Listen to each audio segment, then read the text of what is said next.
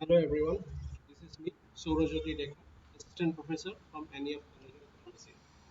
Today, the topic which I am going to present is related with an infectious disease, and which is also sometimes called as medical emergency. The name of this disease is meningitis. So, in a brief introduction, it is an inflammation of brain and spinal cord membrane, which are combinedly called as meninges. So the meninges are the three membranes which covers the brain and spinal cord, and meningitis can occur when fluid surrounding the meningitis becomes infected. So let's go into the deep topic. So as for the clinical description, what it says, meningitis is the inflammation of the protective membranes covering the brain and the spinal cord known as the meninges, and the infection is usually caused by an infection of the fluid surrounding the brain and spinal cord. And the name of this fluid, which we all know, is CSF, that is cerebrospinal fluid. Meningitis can be life-threatening because of this inflammation's proximity to the brain and spinal cord, and therefore the condition is classified as medical emergency. So, what are actually the meninges? The meninges is the system of the membranes which envelops the CNS system.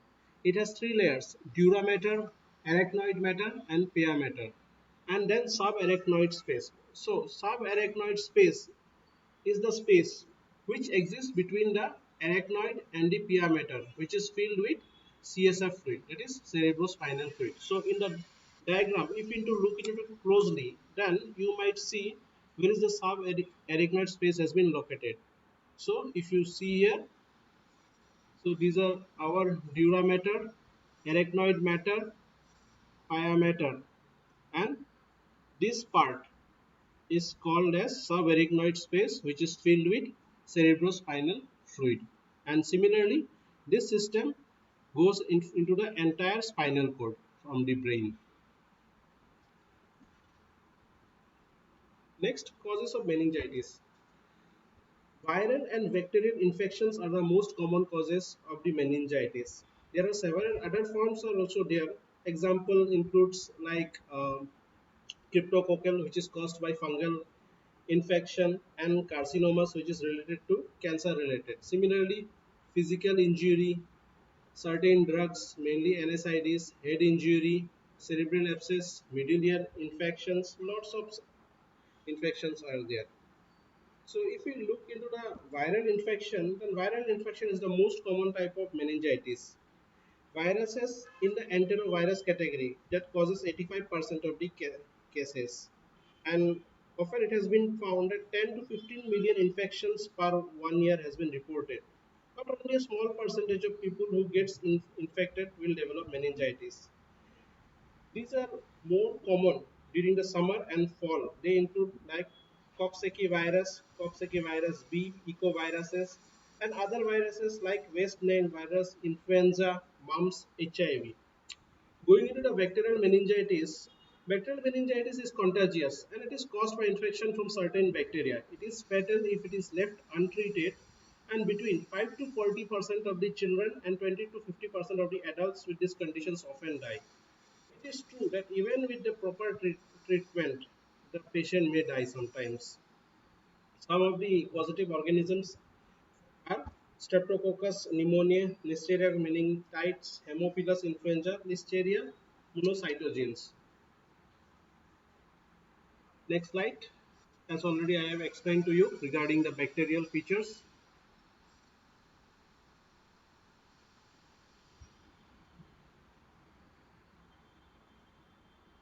Bacterial and viral already we have discussed.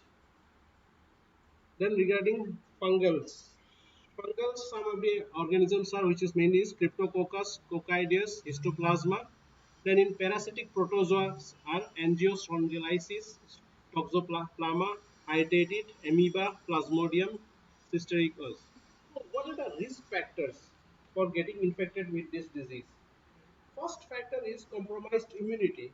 And immune definition deficiency is more vulnerable to cause meningitis infections.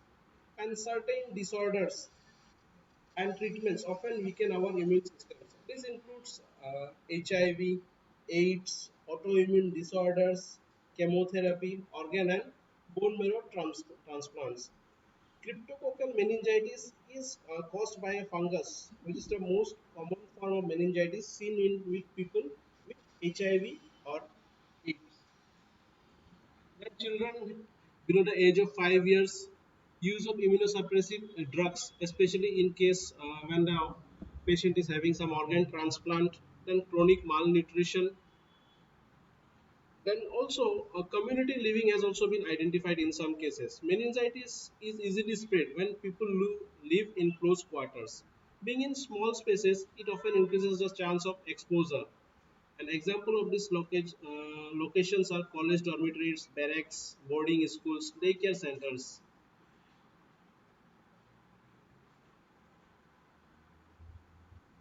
Now let's look at the pathophysiology, how it happens in our system. First of all, the causative organisms, they enter our bloodstream and they crosses the blood-brain barrier, and there it initiates the inflammatory reaction in the meninges. Eventually, the inflammation of subarachnoid space and pia occurs. And what happens afterwards that it causes inflammation. This caused inflammation may cause rise in intracranial pressure. So as a result, CSF flows into the subarachnoid space, which gets infected or clouded, and CSF cell count increases. So I am repeating again, the causative organism, they enters our bloodstream and they crosses the blood-brain barrier. The most common reason is when we are having a compromised immunity, organisms are easily able to cross our blood-brain barriers. So after that, the inflammatory reaction in the meninges starts, and this causes inflammation of the subarachnoid space and pia mater. And eventually, it causes the rise in intracranial pressure, that is ICP. And after that, CSF flows into this space of subarachnoid, and there it starts getting infected and CSF cell counts increases. Next one. So what are the signs and symptoms? So signs and symptoms are severe headache, irritability, restlessness, stiffness of neck, that is flexion of the spine. It leads to stretching of the meninges. And in meningitis, traction on the inflamed meninges is painful, which results in limited range of motion for the spine, especially in cervical spine. Then malaise, high grade fever, especially greater than 38 degrees Celsius. So what happens is that endogenous cytokines, which are released during the immune response to the invading pathogens, they affect the thermoregulatory neurons of the hypothalamus, and it changes the central regulation of the body temperature. And invading by viruses or bacteria, they produce exogenous substances, that is pyrogens. They can also reset the hypothalamic thermal set point. Then tachiness, seizures, disorientations, tachycardia, coma, sleeplessness, photophobia.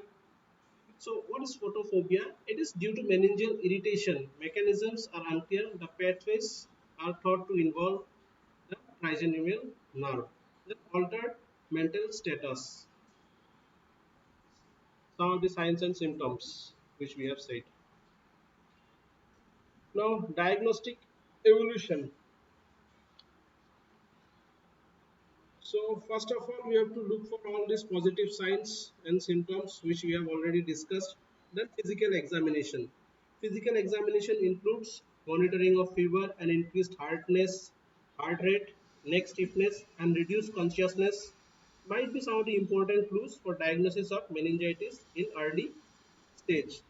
Then history collection, CSF, fluid evolution for pressure, protein, glucose, and leukocytes, and blood test, CBC, blood culture, MRI, and CT scans. In blood test, the identification of the bacteria or viruses needs to be done, and bacteria can travel through the blood to the brain. And some examples are N meningitis and S pneumoniae. Then we have to go for complete blood count also.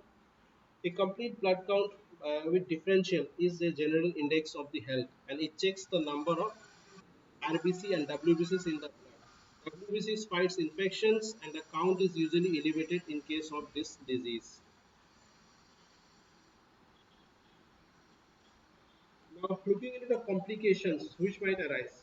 So, complications when it arises, it's a very simple thing. Longer the cause of the disease without the treatment, the greater is the risk of seizures and permanent neurological damages. These following complications are typically associated with meningitis, like brain damage, gait problems, hearing loss, tissue damage, seizures, memory difficulty, subdural effusion, shock, etc. Subdural effusion means it's a buildup of fluid between the brain and the skull. Then kidney failure, learning disabilities, many complications are there. So, what is the treatment which we require? Bacterial or several severe viral meningitis may require treatment in hospital. So what requires is that antibiotics for bacterial meningitis, and the types vary depending on the bacteria causing the infection. So first we have to go for diagnostic evolution, and depending on the type of bacteria which has caused the infection, according to that we have to select our antibiotics, then corticosteroids and other things. So, in case of viral meningitis, antibiotics may not be sufficient sometimes. They might not be effective. And also, in case of some patients who are having trouble in breathing, they might require oxygen therapy. And other medications and IV fluids are also required to treat symptoms such as brain swelling, shock, and seizures. So, going to the last, prevention. So, as per the guidelines which are available, first thing is that we have to maintain a healthy lifestyle. And some of the vaccines which has been developed over time, like pneumococcal conjugate vaccine, is now a routine childhood immunization and is very effective at preventing pneumococcal meningitis. Then household members and others in close contacts with people who have such meningococcal meningitis infection should receive preventive antibiotics and avoid contact with such sick peoples. And no smoking is required.